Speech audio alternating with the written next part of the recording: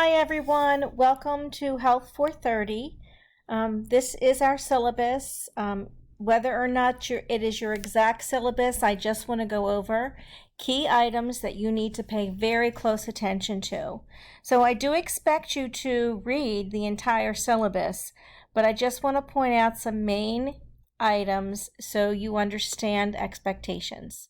So in my office hours, I have an office hour set up for the first half of the semester and then for the second half of the semester. If you come to my office, whether or not we are a masked campus, you will be required to wear a mask in my office. At the time of recording this presentation, we are a masked campus. But if that changes and you do not have to wear masks in buildings, please understand you will be required to wear a mask when you step into my office. If you would prefer not to do that, I have online office hours in WebEx, and I'm happy to meet you other times in WebEx. And my WebEx link is there. So I have looked at all of your academic requirement and course history, and you all have met these requirements or you have received an email from me.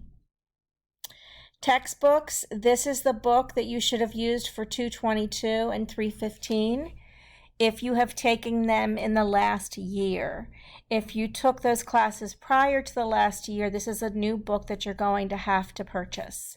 This book is an electronic document and it is free. And there's the link.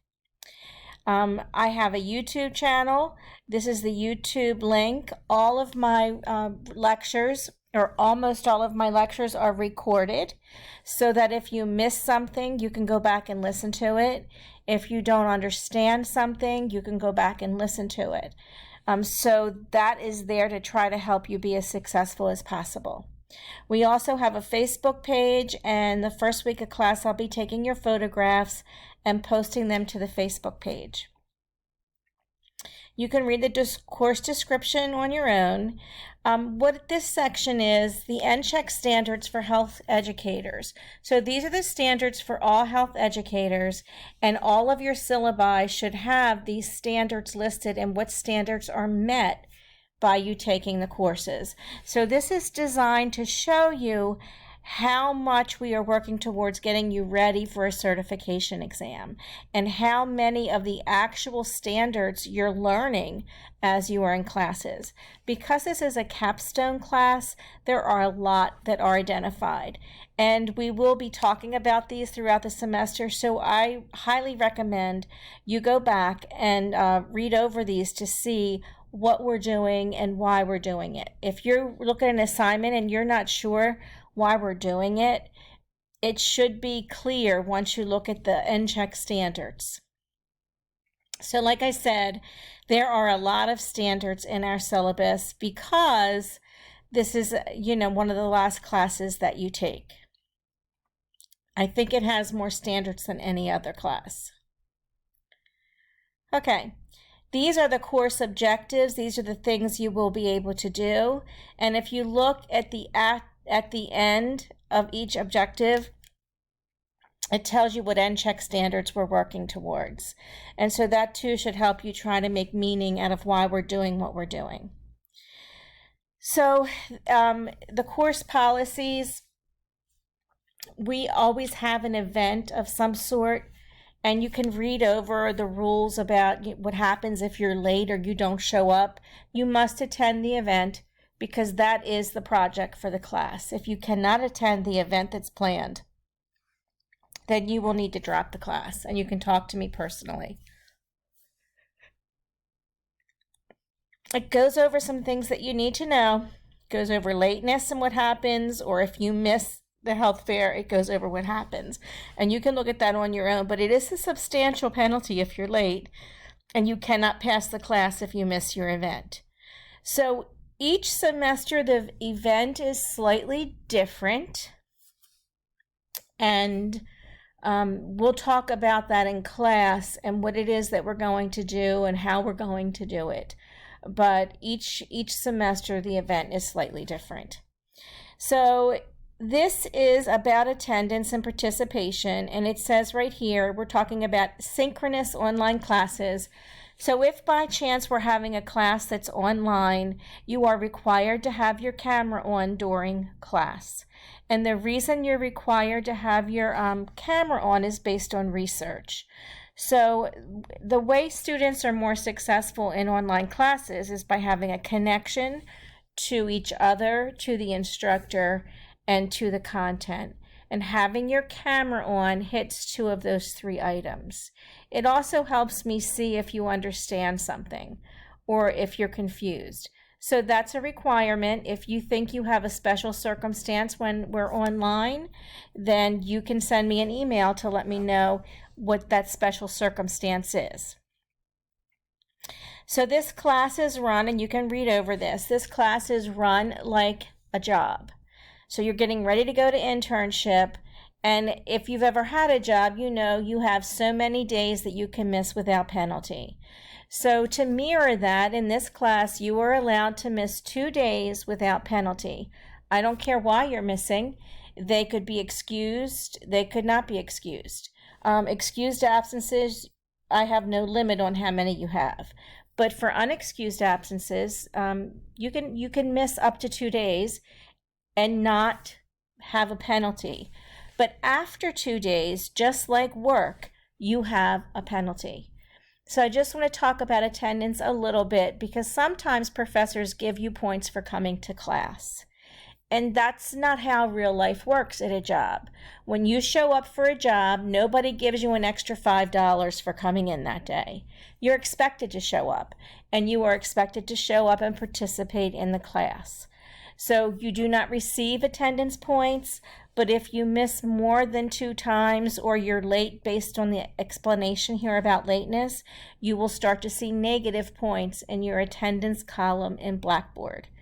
You will see no points if you never miss class or never late. If you miss class or are late, you will see 0 appear, because that way, the only way I can write notes in Blackboard is if I put a grade in. So you get a 0, which is what it's worth. And if you miss too much time, you start to see negative points, and that will seriously impact your grade. So make sure everything's going. It talks about meetings. Your meetings will be scheduled in a way that you all should be able to attend them. The way I put you in groups, that should promote that. If you miss a meeting, it's just like missing class, and you lose points. If you exceed the number that's allowed. Again, we're running this class like a job. I expect you to come. I expect you to participate. We only typically meet 1 day a week, and the other day of the week is assigned for you to meet in your groups. So if you don't show up for a group meeting that happens during an agreed upon time, it's just like missing class. And so it is the same issue. You can read over lateness and departure. It explains absence. It explains what an excused absence is. And so because people in the past have forged medical notes, if you are out and you have a medical excuse, it must have these items on it. If you give me a medical excuse that does not have all of this information on it, I will not accept it. All medical notes must come in within 1 week of your return to class. Ideally, I should get a medical note before you return to class, because if you're sick, you shouldn't come to class. If you have symptoms of the flu or COVID, you should not come to class.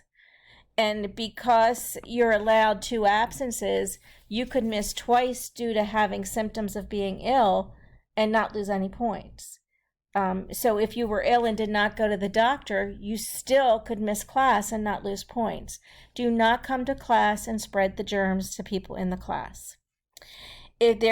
Another excusable reason is for legal reasons, deaths, and religious holidays. For the first 3, I require documentation. For deaths, those go to the Office of Student Affairs, and they'll send all of your instructors a note telling us how long to expect you to be out, or how long or how late your work might be because of the death in the family or friend. And religious holidays, I will only ask you to submit something if I cannot confirm the holiday. Usually I can confirm that online.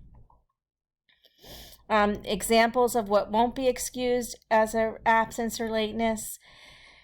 Again, here's the comment about having your camera on.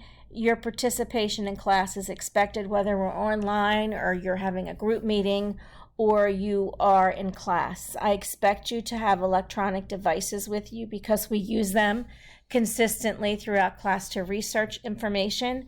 But if I find you doing something other than your schoolwork, for example, you're on Facebook, Twitter, TikTok, reading your email, I will ask you to leave the class because clearly you're not engaged, and that would count as an unexcused absence.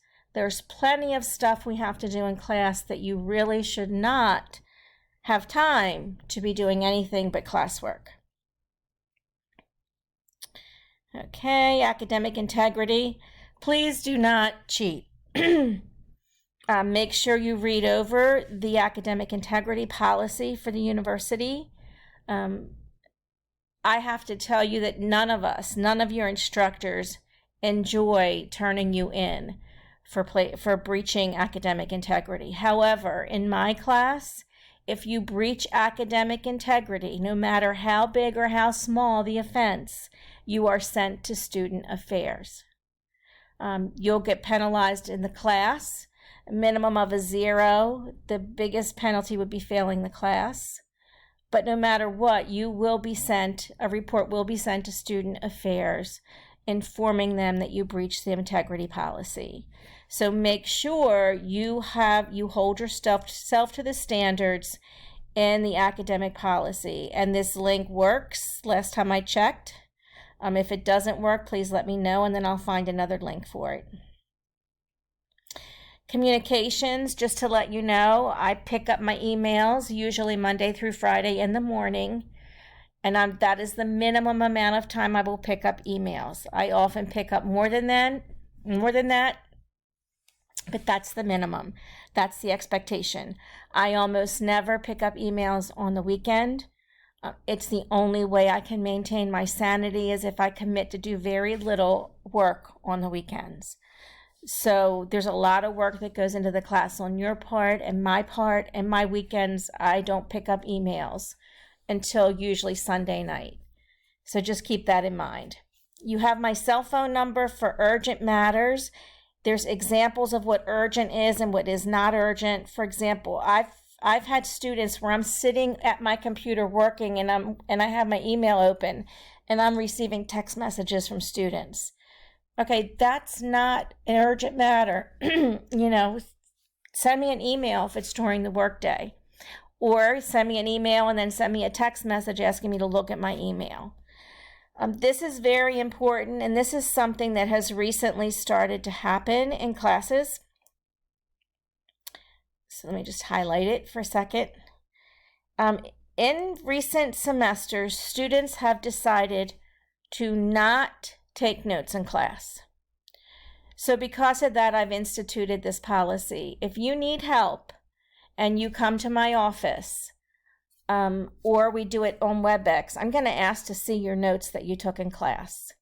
If you chose to not take notes in class, I am not going to hold a special session for you. That's inappropriate and it's disrespectful of everybody's time. So please take notes in class so that if you don't understand something, we can look at your notes and say, okay, where did you get confused, and let's try to straighten that out. If you have an excused documented absence, I am more than happy to meet with you one-on-one and give you a special one-on-one lesson. I'm okay doing that. If you have an unexcused absence, I will not meet you one-on-one to teach you what you missed. So just keep all of those things in mind. I am really happy to teach, to help you. If you've had me before, you know I'm available almost 24 hours a day if you need me. But I want to make sure that you're doing your job taking notes. When you go to internship, your supervisors are going to expect you to take notes. They're not ever going to expect you to go into their office and say, I don't know how to do this, And the reason is because I didn't take notes. So keep that in mind. Okay, so lateness is covered here, talks about lateness. I want you to save your documents a specific way. This is to help you find your documents later. It's not the order I would save them in. This is not to help me. This is to help you find your documents. If we were saving them for my benefit, they would be saved in a different way. But this should help you always find your documents as you do that. There's a penalty if you do not save correctly. This is a really important issue. If you think that you received the wrong grade, that I missed something, just send me an email and tell me exactly where to find it in your paper. And I tell you to do this because before you receive a grade from me on your papers, no matter what they are, I read them twice. So if I've read your document twice and I can't find the answer, I'm not going to find it a third time. So if you think it's there, just tell me exactly where to look and it tells you how to do this. There are a lot of you, and I work really hard to get you your grades as quickly as possible. And there's always the possibility that I make a mistake. If you see that, just let me know. It's no big deal. I'll go back and look at it and tell you. If you say, look at page 2, paragraph 3, the answer to number 2 is there, I'll go read it and see if it's really there. So just keep that in mind. To get an A or B in this class, you have to think critically. If all you do is report back facts of what's happened, and they're all 100% correct, and you have no spelling or grammar errors, and you use APA correctly, you will receive a C. That's how the grading is set up for the class. There's extra credit. There's 2 events. Attending the career fair. I don't know what this looks like. I don't know if it's going to be face-to-face or online, but you have to do it for your pre-internship work, and I also give you extra credit for it. And you're also allowed to have receive extra credit for a LinkedIn page, and it explains how you receive points.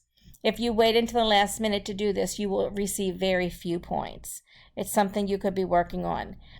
Both of these items are extra credit because they're designed to help you in your career. So keep that in mind. This career fair is the one run by our internship coordinator, not just any career fair. So it's very specific and it has very important information for you. Okay, here's the grade breakdown. There's group grades. If you look, group grades account for 5% of your grade. They're not a whole lot of your grade. So if you have somebody in your group who's not doing their job, it's not going to impact your grade a tremendous amount. You have online assignments that are relatively smaller. These are the point breakdowns for that. That's worth 31% of your grade. So those are important even though they're smaller. And then you have these individual assignments that are a lot of points. They're 64% of your grade. And so if you notice some of these items are starred, and that means you can work on that paper in groups of 2 or 3. And when you look at how they're graded, you'll see when you work in a group, I don't ever want you to do someone else's work. So if you work in a group, if there's, let's say, 3 of you, and 2 of you work hard and one person doesn't do their work correctly, that person will not receive the same grade as you. I do not want you doing other people's work. If you are in a group and you fail to hold up your obligations, you will not be allowed to work in the group again for the rest of the semester. So just keep that in mind. And sometimes people don't want to work in groups. They just find it easier to do on their own. So that's up to you. Group assignments, it tells you how the grades come in.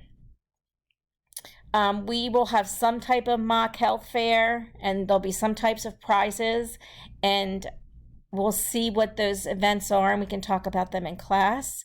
This gives you some information about the small and large assignments, and I've given you information on what people normally do. So, for example, it says most people write this paper in 3.5 to 5 pages, double-spaced. you know, if you go over 5 pages, you'd have to stop and think, are you being succinct? If you're under 3.5 pages, you'd have to stop and think, did I answer the questions? So just keep that in mind. There's the grading rubrics, the policies, and then here are services that are available to you, and then the course outline and when we're doing everything. This course outline is set up for the most part that we have class on Tuesday and Thursday, and we most of the time on Fridays will not meet. You will have time to meet with your groups. However, once we get together and you see how large the class is, you may decide that it's better to meet on Fridays where we can spread out more, and then use Tuesday or Thursday for your group meetings. And we can look at that the first week of class. So that's it. That is everything in the syllabus. This class is a lot of fun if you put the work into it. It's hard, but it is extremely rewarding when you finish your project. Please take notes on anything you don't understand, and I look forward to seeing you in class.